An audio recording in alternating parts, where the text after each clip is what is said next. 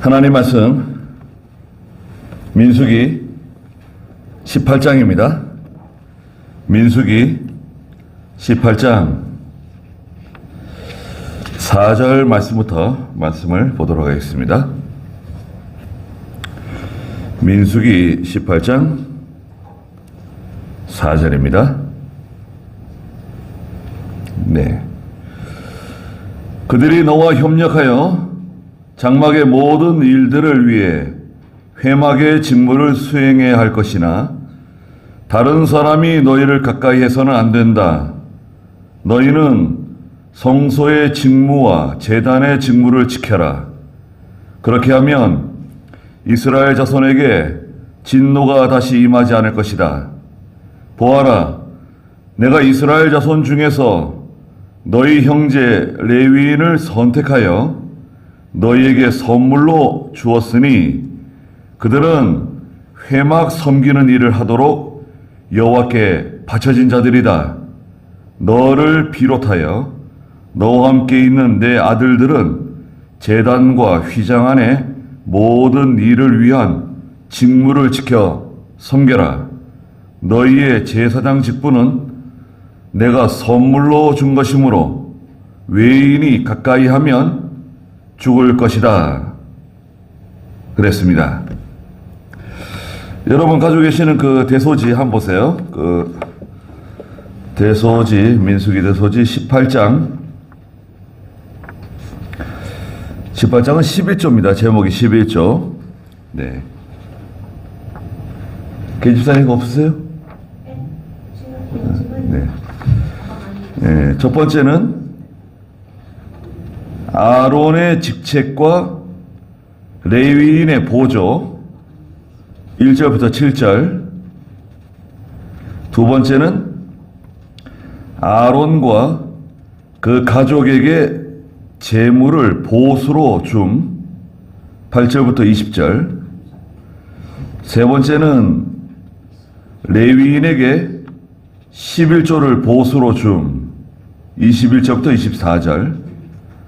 네 번째는 레위인은 받은 11조에서 또 11조를 아론에게 돌릴 것 25절에서 32절까지 되어 있습니다. 그 오전에 그 1절부터 3절 잠깐 말씀을 봤는데요. 1절 한번 보세요. 18장 1절에 여호와께서 아론에게 말씀하셨다. 너와 내 아들들 그리고 너와 함께한 네 가문은 성소에 대한 죄악을 짊어지고 너와 네 아들들은 너희 제사장 직분에 대한 죄악을 짊어져라 말씀하셨습니다. 여호와께서 아론에게 말씀하셨는데요. 너와 네 아들들, 아론과 아론의 아들들은 제사장들이죠.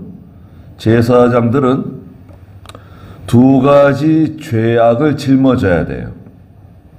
죄악을 짊어진다고 하는 것은 죄에 대한 책임을 지는 겁니다. 죄에 대한 책임을 진다. 첫째는 성소에 대한 죄악을 짊어져야 돼요. 성소에 대한 죄악은 뭐냐? 하나님의 성소에 들어오면 안 되는 사람들이 있어요.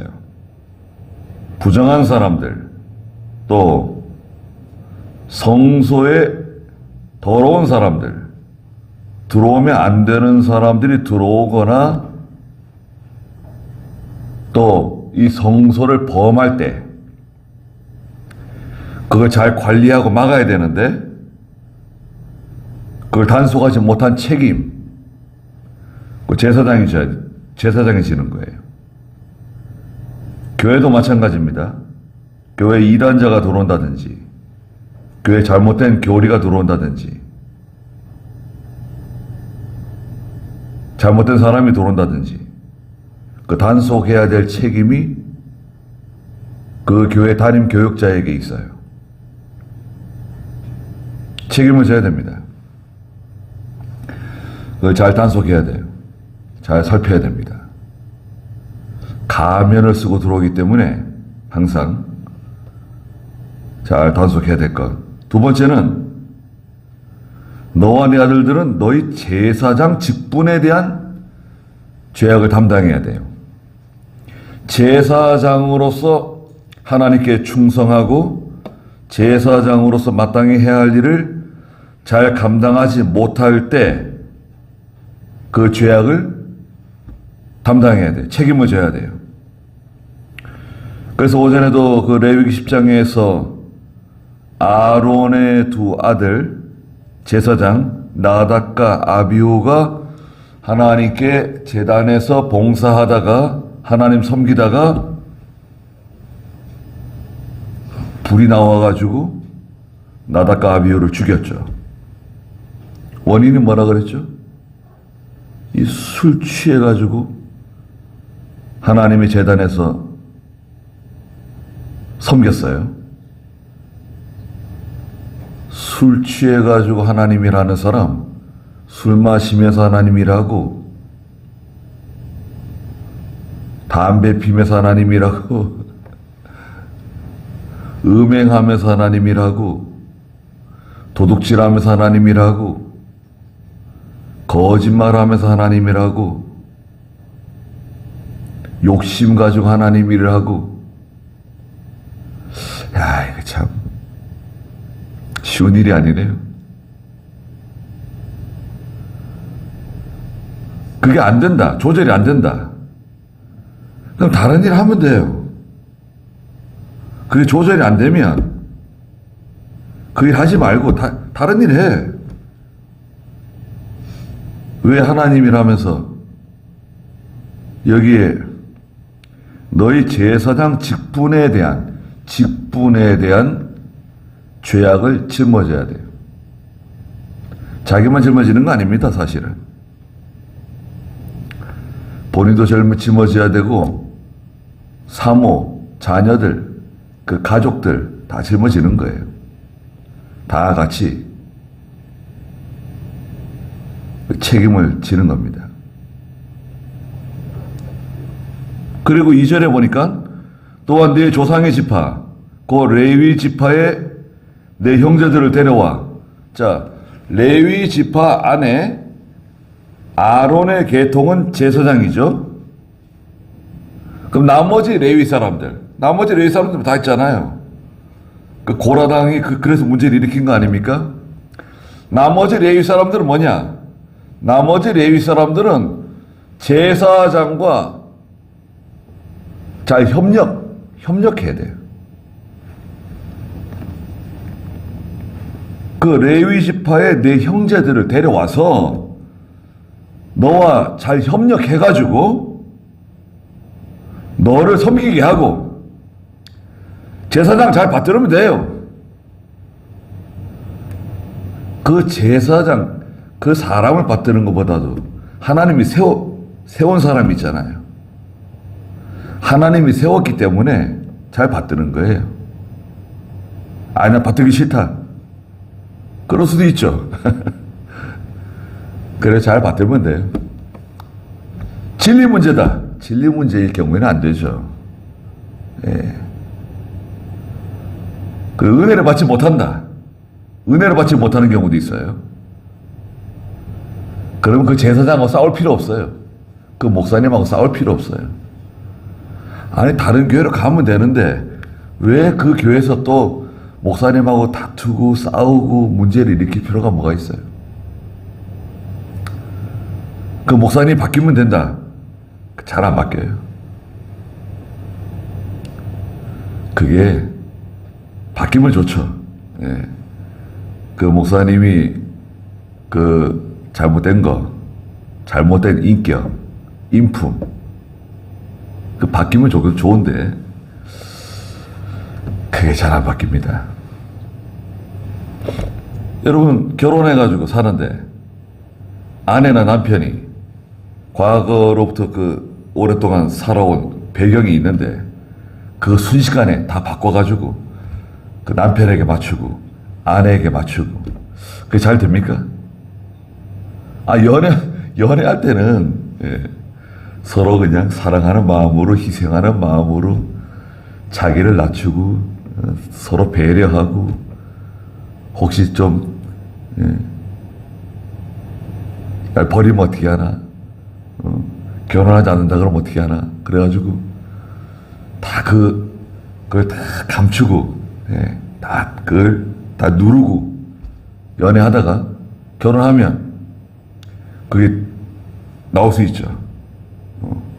저런 줄 몰랐는데. 그럼 어떻게 해요? 잘 바뀌어지나요? 일평생 살아도 그거 바뀌어지기 힘듭니다. 늙어 죽어도 안 바뀔 수 있어요. 네. 그래서 예수 믿고 하나님의 은혜를 받으면 좀 바뀔 수 있는데 그게 잘 안 바뀝니다. 목사도 마찬가지예요. 목사도 마찬가지고 사모도 마찬가지고 다 마찬가지입니다. 그게 잘 안 바뀌어요. 그러니까 제사장은 싸울 필요 없어요. 제사장은 뭐더러 싸워요. 제사장은 잘 섬기고 받들고 하나님의 일이 잘 되도록 해야 되는데 그것도 싸우고 다투고 그럴 필요가 뭐가 있어요. 잘못된 게 있다. 잘못된 게 있으면 말해주면 돼요. 그렇게 안 하시면 좋겠다고. 그 성경에 맞지 않는 것 같다고. 그 우리 믿음의 전통에 맞지 않는 것 같다고 말해주면 돼요. 총회에다가도 말해주면 돼요. 총회장한테도 말할 수 있고 노회장한테 말할 수도 있고 총회원들 앞에서 말할 수 있어요. 근데 안 바꾼다. 어떻게 하겠어요? 그걸 뒤집어 엎어요? 왜? 못하러? 그럼 하나님이 잘 돼요? 범죄한 사실이 드러났다. 중대한 문제가 생겼다. 그런 건 용납 못하죠. 그건 안 되죠. 그거는. 죄를 덮고 가자. 아니, 암이 지금 발견됐는데 여러분 사진을 찍었는데 암이 나왔어요. 간암이다. 간경화다. 폐암이다. 나왔습니다. 그런데 덮어요. 아유, 아무 문제 없다고. 건강하시다고. 운동 열심히 하시고 그 지어주는 약 좀 드시라고. 영양제, 이것저것 영양제 잔뜩 그 처방전 내려요. 그 자기는 건강한 줄 알고 그 영양제 먹고 그래서 또 좋아지는 사람도 있어요. 예. 심리적으로 난 건강하다. 난 아무 문제 없어. 그런데 그 중대한 문제를 드러내지 않고 덮어버리면 어떻게 되는 거죠? 그 의료 과실이 되는 거예요. 의료 과실. 그 의사가 징역 갈 수도 있어요. 아니, 교회 안에 중대한 문제가 생겼는데 죄가 있는데 그걸 드러내지 않고 덮어? 그걸 잘 조정할 수 있어요. 드러내지 않고 조정하고 처리할 수 있습니다. 아주 은밀하게. 그러니까 아주 유능한 칼잡이 의사가 흔적도 없이 또 눈치채지 못하게 싹 제거하고 도려내고 싹 괜찮다고, 건강하다고 할 수도 있죠. 그건 아주 노련한 의사가 아니면 하기 힘들어요. 네. 하나님의 교회에서도 드러나지 않게 그것을 처리할 수도 있습니다. 그게 드러나면 시험이 되고 큰 시험이 올 수 있으니까 그걸 아주 예리하게 기도 많이 해서 처리할 수 있는데 그게 좀처럼 쉽지는 않습니다. 그리고 하나님이 드러내실 때 있어요. 죄의 성격에 4가지가 있죠. 죄의 성격 4가지가 있다. 첫째 뭐죠? 죄는 적은 누룩이 온 덩어리를 썩게 만들어요. 부패. 죄는 부패 오염시켜요. 그 다음에 2번째, 죄의 성격은 적은 누룩이 온 덩어리에 퍼진다. 전염성. 빨리 이게 번져요. 죄가 딱 들어오면 순식간에 그냥 원망불평이 들어오면 이스라엘 백성 전체가 다 그냥 다 원망불평하고 다 눈물 흘리고 통곡하고 난리가 나죠. 이게 빨리 퍼져요. 그 다음에 세 번째, 죄는 어떤 성격이죠? 죄는 이 관성이 작용해요. 관성. 오랫동안 예수 믿기 전에 오랫동안 그 못된 짓을 계속 해왔는데 어느 날 예수 믿고 큰 은혜를 받았어요. 죄를 딱 끊었어요. 네. 할머니가 나와가지고 은혜 받고 담뱃대를 딱 부러뜨렸어요. 교인들 앞에서. 다시는 이제 담배 안 핍니다. 담뱃대를 부러뜨렸어요. 근데 그 할머니는 매년 담뱃대를 부러뜨려요. 담뱃대 부러뜨리고 좀 지나면 또 담배 태우고 또 은혜 받으면 담뱃대 부러뜨리고. 이게 은혜 받았는데 한 2, 3년 지나면 한두 달 지나면 또 그거 또 하는 거야. 그 죄의 관성이라고 말할 수 있습니다. 죄의 그 습성이 있어가지고 끊기가 쉽지 않아요. 그걸 끊었다. 그건 참 좋은 겁니다. 하나님이 기뻐하시는 겁니다. 그 다음에 네 번째 뭐가 있죠? 죄는 드러나는 성격이 있어요. 갈라디아 6장 1절에 하나님이 죄를 드러나게 하시는데요. 불에 태웠든지 물에 집어넣었든지 땅에 묻었든지 어떻게든지 간에 다 사라진 줄 알았는데 없어진 줄 알았는데 흔적도 없이. 그런데 어느 날 5년, 10년, 20년, 30년 어떨 때는 죽을 때가 다 됐는데 하나님께서 드러내세요. 야, 이봐라, 이 사람이 이런 사람이야. 이 사람이 이런 사람이야. 원래 이런 사람이었어. 죄를 드러내실 때 있어요. 그러면 얼마나 부끄러울까요? 얼마나 창피할까요? 자, 우리는 다 죄가 있죠. 우리 다 죄가 있는데 하나님께서 그 죄를 덮어주세요. 그 하나님의 묵인이라고. 하나님의 묵인. 하나님이 그 죄를 못 본 척 덮어주세요. 이불로 덮듯이 덮어주세요. 그리고 못 들은 척. 그 사람이 그런 말 했어? 못 들은 척. 못 본 척. 못 들은 척. 모르는 척 해주세요. 자, 이렇게 용서해. 그 하나님의 은혜죠, 은혜. 그 하나님의 은혜라 그래요. 구원의 은혜, 구속의 은혜, 속죄의 은혜, 여러 가지 은혜가 있는데 못 본 척 해주세요. 그런데 교만하게 나가면 그 이불을 걷어 치우세요. 예이! 걷어 치우세요. 그 죄가 드러나요. 그러니까 그 죄가 드러나면 어떻게 되죠? 수술이 들어가야죠, 수술. 그 죄를 처리해야 돼, 처리. 교회는 그 죄를 잘 처리해야 됩니다. 처리할 수 있는 도구를 하나님 주셨어요. 그 교회는 부지런히 죄를 다스리고 징계해야 돼요. 그거를 공개적으로 처리할 수도 있고 은밀하게 처리할 수도 있어요. 부지런히 책망하지 않는 교회는 죽은 교회예요. 아니, 왜 죽은 교회라 그러냐? 살아있는 교회에 세 가지 특징이 있어요. 살아있는 교회는 어떤 교회냐? 첫째, 뭐죠? 하나님 말씀을 증거하는 교회. 두 번째, 성례를 거행하는 교회. 세례와 성찬. 성례를 거행하는 교회. 성례를 거행하지 않는다? 그건 문제 있습니다. 성례를 거행해야 돼요. 세 번째, 부지런히 징계하는 교회. 죄를 다스리는 교회.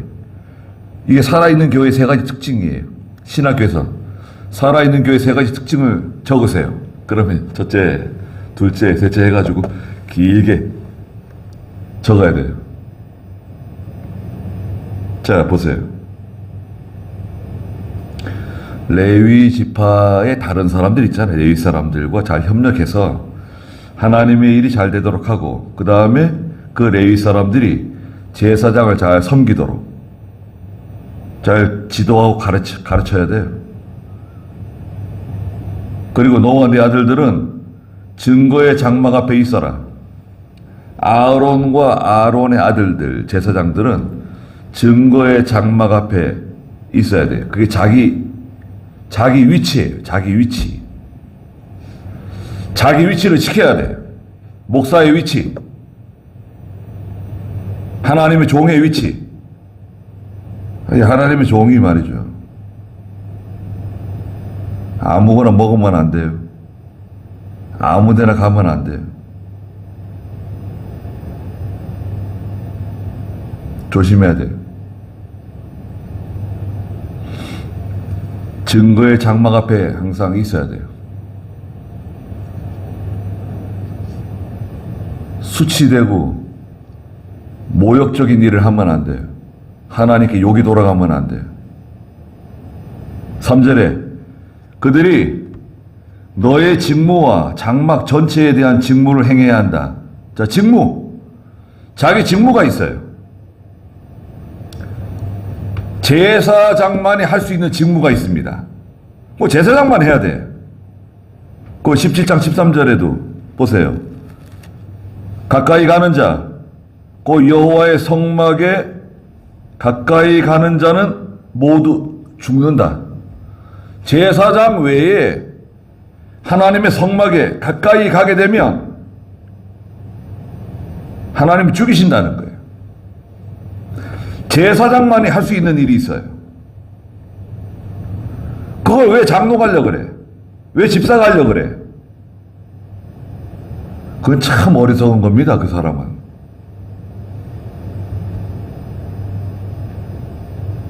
왜 그 일을 하려고 그래? 가까이 가면 죽는다니까요. 그러나 3절 중간에 보세요. 거룩한 기구와 제단에는 가까이 가면 안 돼요. 이게 또 무슨 말이냐? 아론만 가까이 가고 아론의 아들들, 제사장이지만 아론의 아들들은 또 가까이 가면 안 되는 데가 있어요. 어디죠? 지성소. 여기 거룩한 기구, 하나님의 궤. 지성소에는 제사장이라도 아론 외에는 또 가까이 가면 또 안 돼요. 제단에 함부로 가까이 가면 안 돼요. 나도 목사다. 목사는 목사죠.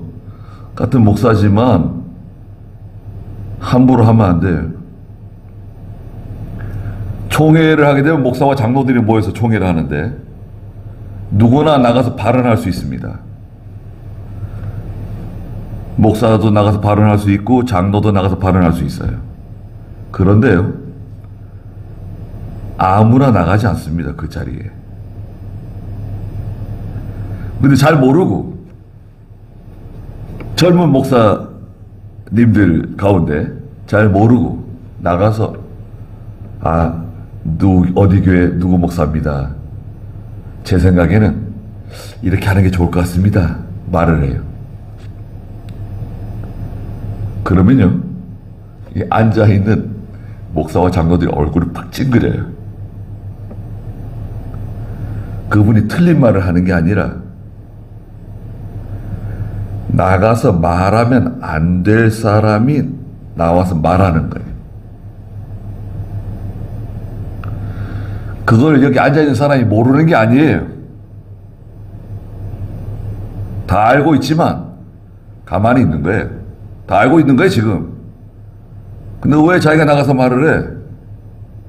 근데 거기서 더 나가잖아요? 그러면 혼납니다, 이제. 들어오세요! 이제 말이 나옵니다. 왜 그런 말 하고 그래? 들어와! 들어와! 막 혼납니다. 선배 목사님들한테. 어디서 그만해요! 들어오세요! 막 소리 나옵니다. 부끄러움 당할 수 있어요. 교회에서도 뭐 재직회를 하잖아요. 재직회를 하거나 이제 당회가 있는데 목사와 장로들이 모여서 이제 회의하는 당회. 그런 회의를 할 때는 무슨 안건이 있다. 그런 미리 목사님이나 장로님한테 미리 얘기를 해야 돼요. 아, 목사님, 이번에 제가 이런 안건을 좀 말씀드리려고 그러는데 어떻게 생각하십니까? 장로님, 이번에 제가 이런 안건을 좀 발의하려고 그러는데 어떻게 생각하세요? 미리 얘기를 하고 재직회 때 말을 해야지. 한참 재직회 하고 있는데 갑자기 딱 생각났어요. 말해요? 그러면 그로 인해서 생긴 모든 문제는 그 사람이 책임져야 돼요. 책임져야 돼요. 아니, 미리 상의를 하고 말을 해야지. 갑자기 생각나는 거 말하면 안 됩니다. 저도 이 총회 때 혹시 무슨 말을 할 일이 생기면 몇 달 전부터 기도해요. 몇 달 전부터. 별 대수롭지 않은 얘기 같은데, 아, 나은기 목사 나와서 또 말하는구나, 그렇게 생각할 수 있거든요. 근데 제가 나가서 말할 때는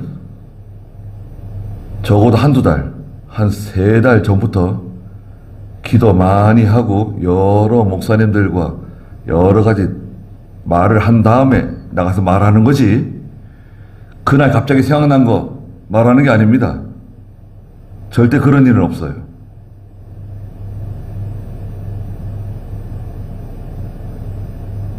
사람들이 나한테 동의를 해주든 동의해주지 않든, 그 일이 처리되든 처리되지 않든 간에 그 일을 기도를 많이 하고 생각을 많이 하고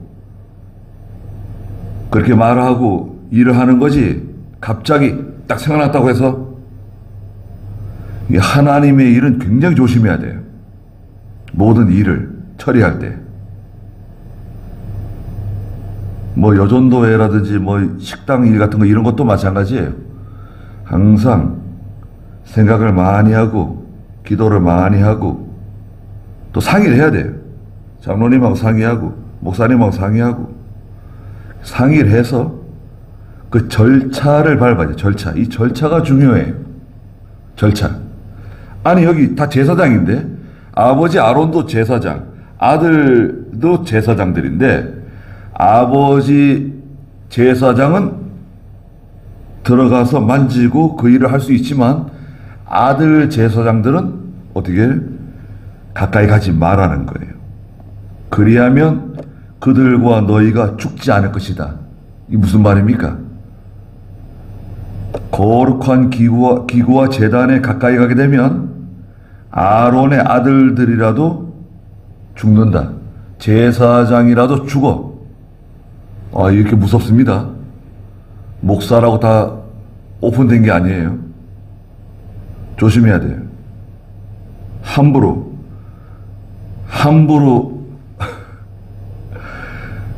그 무서운 줄 몰라서 그래요. 하루 강아지 범 무서운 줄 모른다고.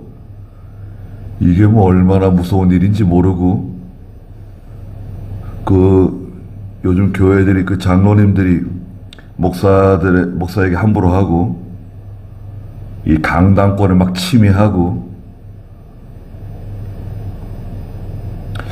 그 어떤 교회는 목사님이 설교하고 내려오시면 장로들이 딱 이렇게 모여가지고 목사님한테 말한대요.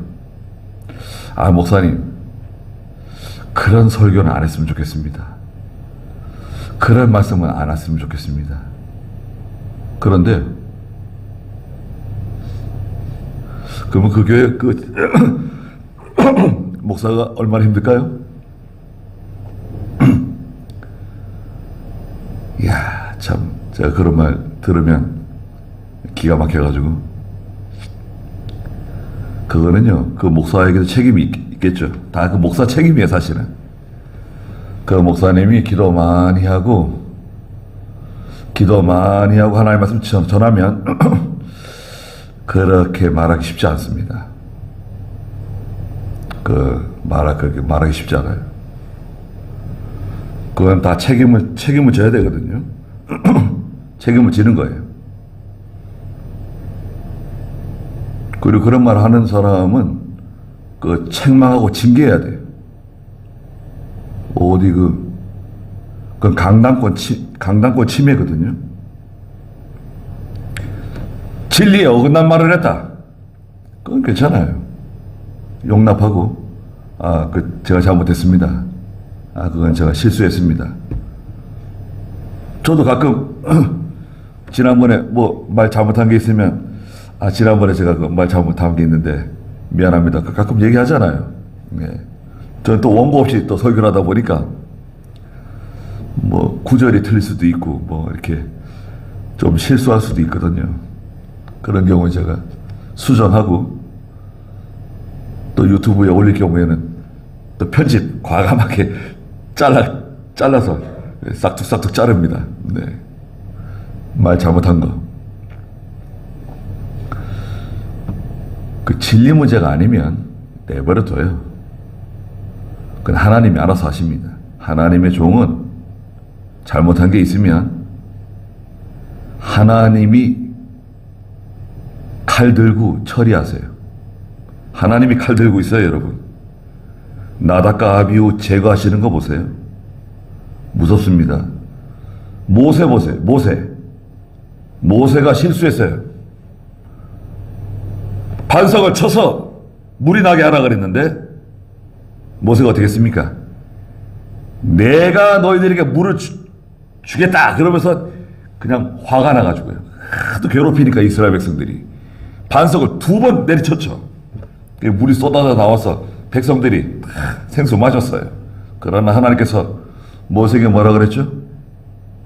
야, 너는 가나안 땅에 못 들어간다 그랬어요. 아니 40년 동안 그 이스라엘 백성들 데리고 광야길을 가나안 땅에 들어가겠다고 그렇게 수고 많이 하고 애쓰고 고생했는데 그 한 번의 실수, 그 한 번의 범죄로 가나안 땅에 못 들어가요. 가나안 땅 멀리서 바라만 보고 가나안 땅에 못 들어간다고 그러셨어요. 모세도 하나님께서 말하자면 징계하신 거죠. 4절에 그들이 너와 협력하여, 협력이 중요합니다. 그 레위 사람들, 나머지 그 제사장 외에 그 레위 사람들 있잖아요. 오늘날 교회 장로님, 집사님들, 레위 사람들이거든요. 자, 협력해서 장막의 모든 일들을 위해 회막의 직무를 수행해야 할 것이나 다른 사람이 너희를 가까이 해서는 안 된다. 다른 사람, 제사장이 아닌 사람들이 그 제사장이 해야 할 일에 그 영역에 침범하면 안 된다는 거예요. 근데 이게 흐려지고 있어요. 이게 무서운 줄 몰라서 그래요. 그게 아주 무서운 일입니다. 그 사람뿐만 아니라 그 가정을 하나님이 징계하세요. 그 자녀들을 징계하세요. 그게 아주 무서운 일이에요. 그래서 혹시 그런 일이 있다. 이 목사님과 서로 안 좋은 일이 있다. 그래서 좀 시간이 지나더라도 사과하는 게 좋아요. 목사님, 저 예전에 그 목사님께 그 말씀 잘못한 거 용서하시라고 사과. 목사님들과 사과해야 돼요.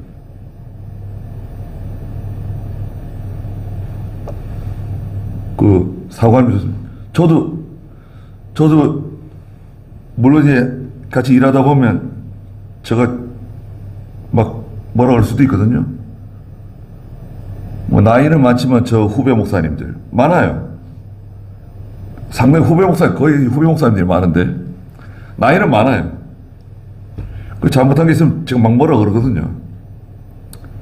기도하다 생각나면 적어놨다가, 잊어버리지 않고 적어놨다가, 요번에 교육자 수양회 가면 그 목사님한테 좀 미안하다고 얘기를 해야 되겠다.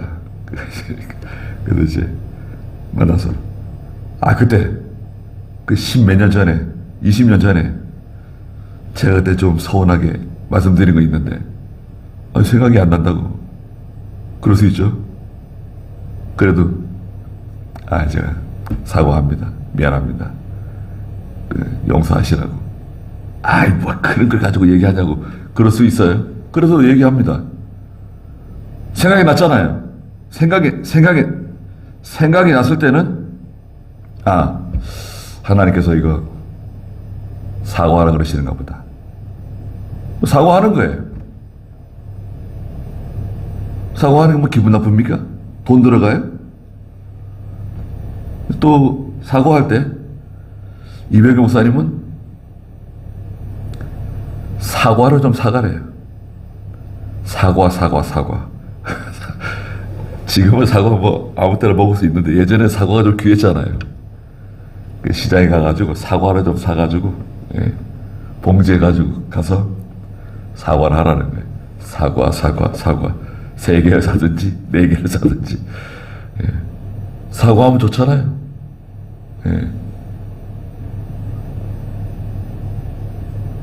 저 사람이 다른 뜻으로 한 건 아니구나. 하나님의 일이 잘 되고자 하는 거구나. 또 제가 또 뭐라 사과했더니, 뭐 다 하나님의 일 잘 되자고 하는 건데, 뭐, 그때는 그랬다고. 자기도 뭐 잘못한 게 있다 그러면서 또 말씀하시더라고요. 그러면 감사하고, 네. 여튼 간에, 사과할 게 있으면 사과하면 좋잖아요. 네. 목사님들하고 부딪히는 건 안 좋습니다. 진리 문제가 아니면. 진리 문제다. 그럴 경우에는 잘 처리를 해야 되겠죠. 5절에 너희는 성소의 직무 또 제단의 직무를 잘 지키라는 거예요. 누구? 아론과 아론의 아들들. 그렇게 하면 이스라엘 자손에게 진노가 다시 임하지 않을 것이다. 자, 보세요. 그러니까 아론과 아론의 아들, 이 제사장들이 성소의 직무, 제단의 직무를 잘 수행하지 못하면 그 영향이 어디로 가죠? 이스라엘 전체 회중에게 다 이 영향이 가는 거예요. 목사가 잘못하면 여러분, 성도들이 단순히 은혜를 받지 못하는 것에 끝나지 않아요. 그 가정도 힘들어지고 자녀들도 힘들어지고 직장생활도 힘들어지고 학교생활도 힘들어지고 이게요 다 힘들어져요. 어떤 장로님이 저한테 목사님 제가 이번에 큰 깨달음을 얻었습니다. 뭔데요? 그랬더니 교회 목사님이 얼마나 중요한 사람인지 이번에 알았다는 거예요. 아니 어떻게 깨달았는데요? 그랬더니 이게 저한테만 영향을 주는 게 아니라 저희 가족에게도 영향을 주고 저희 아이들에게도 영향을 주고 저희 손자들에게도 영향을 주고 걔네들 직장에도 영향을 주고 다 영향을 준다는 걸 자기가 깨달았다는 거예요. 장로님 참 그거 보통 깨닫기 힘든 건데 어떻게 그걸 깨달으셨습니까? 이게 교회 목사님이 이렇게 참 중요한 분이라는 걸 자기가 이번에 알았다고 그런 말을 들었습니다. 그런데 그 목사를 자꾸 건드려 힘들게 해. 어떤 교회는요, 교회 손님이 왔는데 목사님이 젊은 목사님이에요.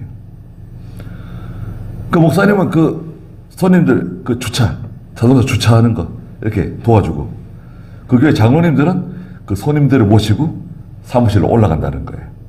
목사님은 그 교회 주차하는 거 끝까지 다 도와주고 장로님들은 그 손님들을 모시고 사무실로 올라가고. 아니 이게 지금 일을 거꾸로 해도 유분수지. 아니 그 담임 목사님은 뭐 강도사에 전도사에 사찰이에요. 그리고 사진을 찍는다. 사진을 찍어요. 뭐 기념사진. 장로들이 앞에 다 쓰고 목사님 그 담임 목사님 저 뒤에 쓰고 저 뒤에 구석에. 그래서 제가 한번 얘기했어요. 장로들한테. 아니 이게 말이 되는 거냐 이게 지금? 그 신문 봤어요? 그 총회 신문? 그 사진 봤습니까? 사진이 못해서. 왜 장로들이 앞에 서가지고 왜 장로들이 앞에 서 있냐? 목사들 저 뒤에 세우고. 말이 되냐 이게 지금? 자기 생각 못했다는 거예요. 그러니까 이게 지금 생각을 못하는 게 아니라 기본적인 자세가 잘못된 거다 이게. 좀 뭐라 그랬습니다. 부끄럽지도 않냐 도대체. 성경에 보면요 재미있는 사건들이 있습니다. 재미있다기보다도 놀라운 일들이 있는데요. 사무엘상 12장에 보시면 13장 보세요. 사무엘상 13장에 보면 이스라엘의 초대 왕인 사울왕이 나오죠. 그런데 블레셋과 전쟁을 해야 되는데 사무엘 선지자가 와야 돼요. 사무엘 선지자가 와서 하나님께 제사 드리고 하나님께 기도하고 전쟁을 시작해야 되는데 아니 선지자가 빨리 안 오네요. 지금 전쟁 빨리 해야 되는데 지금 좋은 타이밍인데 빨리 지금 전쟁을 시작해야 되는데 선지자가 빨리 안 와요. 참 이거 왜 버스가 연착을 하나 이게 뭐 어디 사고가 났나 왜 빨리 안 오시지? 기다리다가 막 너무 조급해가지고 이 사울이 13장 8절에 보니까 사무엘상 13장 8절에 사무엘이 정한 기한대로 7일을 기다렸는데 7일 되면 온다고 약속을 했어요. 그런데 사무엘이 길갈로 오지 않으므로 백성이 그에게서 흩어지기 시작하였다. 사울이 말하기를 번제와 화목제를 내게 가져오너라 하고 왕이 번제를 드렸어요. 하나님께 제사를 드렸어요. 그런데 10절에 그가 번제를 드리기를 마치자마자 왕이 번제 다 드리고 나서 하나님께 제사 드리고 나자 사무엘이 도착했어요. 그래서 사울이 나가서 사무엘을 영접했습니다. 그런데 사무엘이 뭐라고 그랬습니까? 11절에 왕이 무슨 일을 하였습니까? 이게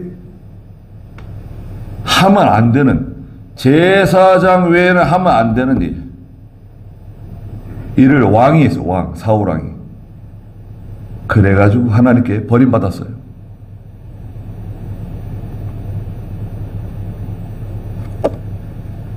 사무엘이 뭐라 그랬냐면요, 13절에 보면 13장 13절에 왕이 어리석은 짓을 했습니다 그랬어요. 사무엘 선지자가 사울에게 왕이 어리석은 짓을 했다고. 역대하 26장에 보시면, 역대하 보세요. 역대하 26장 16절부터 보면 유명한 유다왕 우시야가 나옵니다. 우시야는 믿음 좋은 왕이에요. 예? 역대하 26장 16절부터 보면 우시야가 믿음 좋은데 26장 16절에 우시야가 강성하여지자 그 마음이 교만해졌어요. 악을 행하였으니 여호와 그의 하나님을 거역하여 여호와의 전에 들어가 향단에 분향하려고 했어요. 이 제사장 외에는 하면 안 되는 거. 여호와의 전에 들어가서 뭐 제사장만 하는 게 어디 있어? 왕이 해도 괜찮아. 왕은 제사장과 동급이야. 우시아가 분향했어요. 그러자 17절에 제사장 아사랴가 건장한 여호와의 제사장들, 그 제사장들 가운데 건장한 사람들 있잖아요. 예, 체격 좋은 사람들, 제사장들 가운데 불러다가 빨리 들어가서 데리고 나오라고. 그래서 80명, 용감한 자 80명을 데리고 왕의 뒤를 따라가서 우시아를 가로막고 끌고 나왔어요. 끌고 나오는데 하나님께서요, 우시아에게 문둥병이 발하게 했어요. 즉시 19절에 보면, 역대하 26장 19절에 우시아가 향로를 붙잡고 분향하려다가 화를 냈어요. 이거 왜 나를 붙잡고 그래? 물러서라. 어디서 나를 붙잡아? 막 화를 내니까 그가 여호와의 전한 향단 곁에서 제사장에게 화를 낼 때 제사장 앞에서 그의 이마에 나병이 생겼다. 문둥병이 탁 생기기 시작하는 거예요. 그래가지고요, 21절에 보면 우시아 왕이 죽는 날까지 나병을 앓았으니 그가 나병 환자였으므로 여호와의 전에서 격리, 문둥병자는 하나님의 성전에 못 들어가요. 또 왕의 일을 못해요. 죽을 때까지 별궁에 거하다가 죽었어요. 아무리 믿음이 좋고 하나님께서 강성하게 해주고 복을 많이 주셨다고 해서 그냥 괜히 교만해져가지고 제사장 외에는 하면 안 되는 그 일을 하게 되면, 손대게 되면 오늘날도 똑같이 망하는 길로 가는 겁니다. 다시 오늘 18장 6절에 보니까, 보아라, 내가 이스라엘 자손 중에서 너희 형제 레위인을 선택하여, 자, 제사장 말고 다른 레위 사람들 있죠? 하나님이 선택해서 너희에게 선물로 주었다는 거예요. 제사장에게 선물로 주신 사람들이에요. 그들은 회막 섬기는 일을 하도록 여호와께 바쳐진 자들이다. 하나님께서 제사장에 준 선물이에요. 그러면 제사장은 귀한 사람, 그 선물, 레위 사람들은 천한 사람. 그게 아니에요. 5달란트 받은 사람, 2달란트 받은 사람, 1달란트 받은 사람, 천한 게 아니에요. 다 그 자기 위치에서 하나님이 그 일을 맡기신 거예요. 그냥 그 일을 잘 감당하면 상은 어떻죠? 상은 같아요. 심지어 예수님께서 선지자를 영접한 사람은 무슨 상을 받죠? 선지자의 상을 받아요. 상 같이 받는 거예요. 아니, 그거 얼마나 쉬운 일입니까? 선지자의 잘 영접하면 선지자의 상을 같이 받아. 모세를 영접하면 모세상 같이 받고, 엘리야를 영접하면 엘리야상 같이 받고. 그거만큼 쉽고 간단한 게 어디 있어요? 명제가 뚜렷해.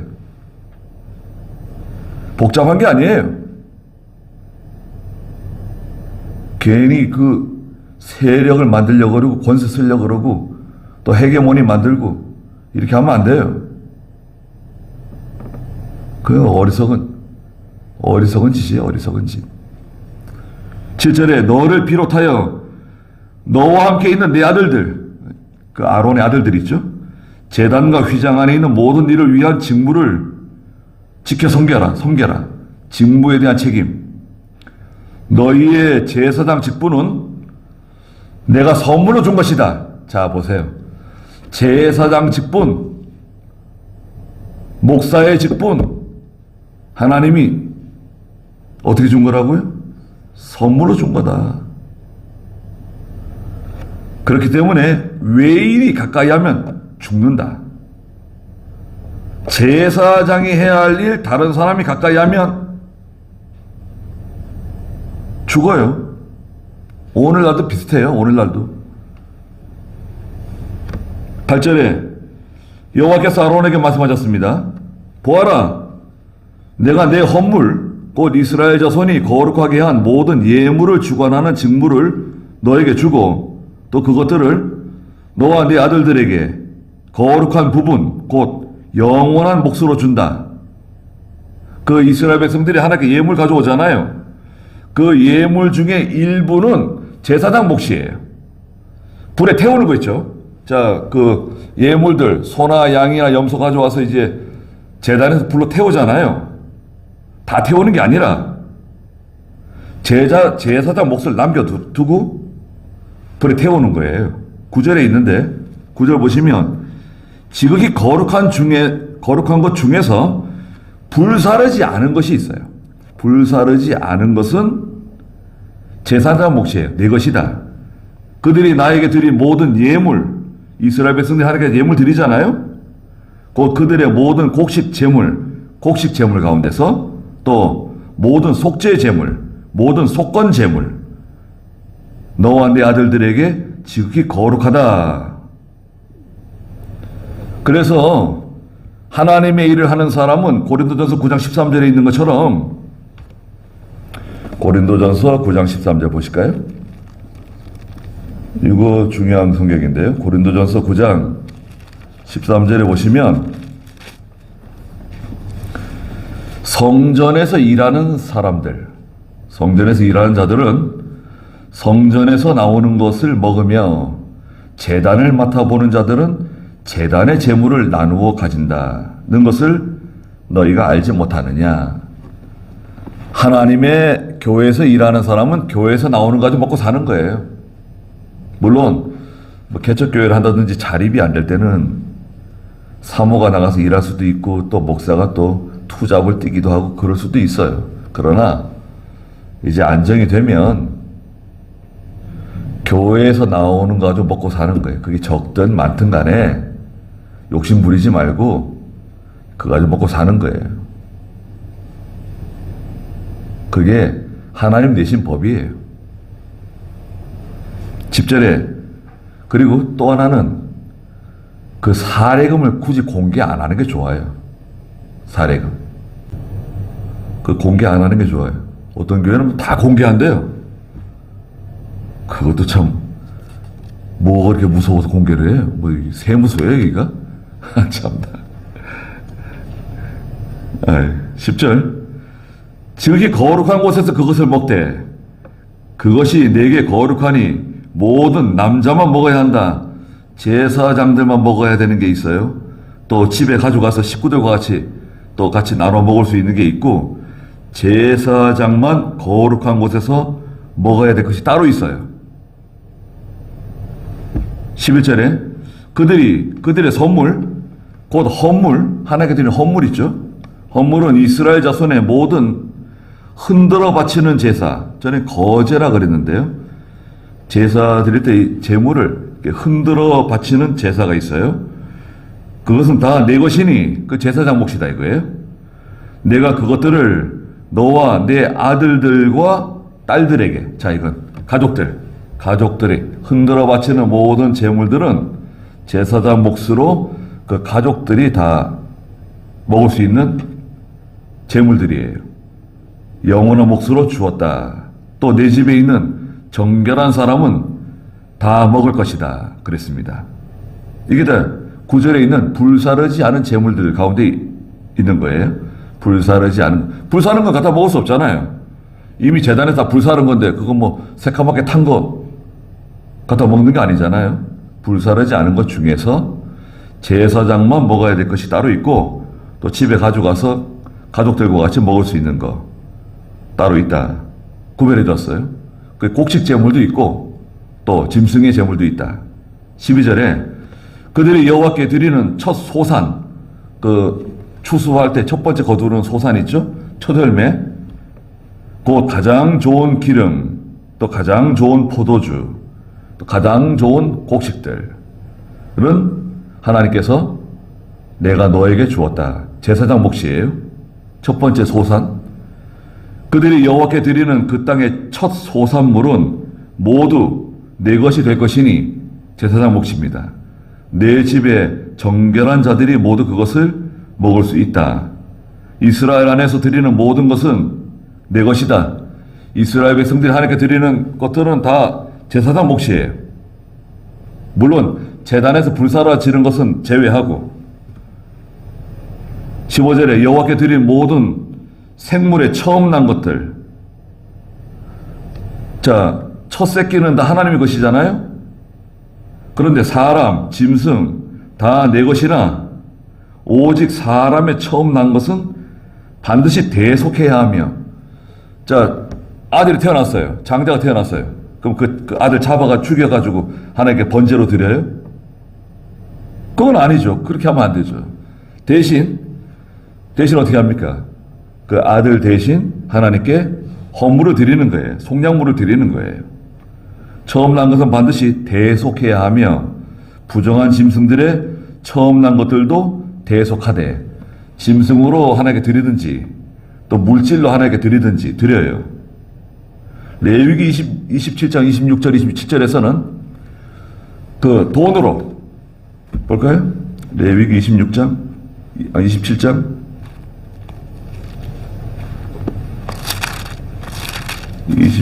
26절에 보시면 오직 가축 가운데 처음 난 것은 여호와께 귀한 첫 새끼다. 그리고 그 27절에 정한 값의 5분의 1, 또 반드시 하나님께 이 돈으로 하나님께 드리는 거예요. 그리고 27장 30절부터 보면 레위기 27장 30절에 땅의 모든 11조, 땅의 곡식이든 나무의 열매이든 다 여호와의 것이다. 그랬죠? 11절부터 뒤에 나오는데, 그래서 사람의 첫 새끼, 그러니까 장자. 16절에 생후 한 달부터 대속하여라. 너의 평가에 따라 제사장이 평가를 해요.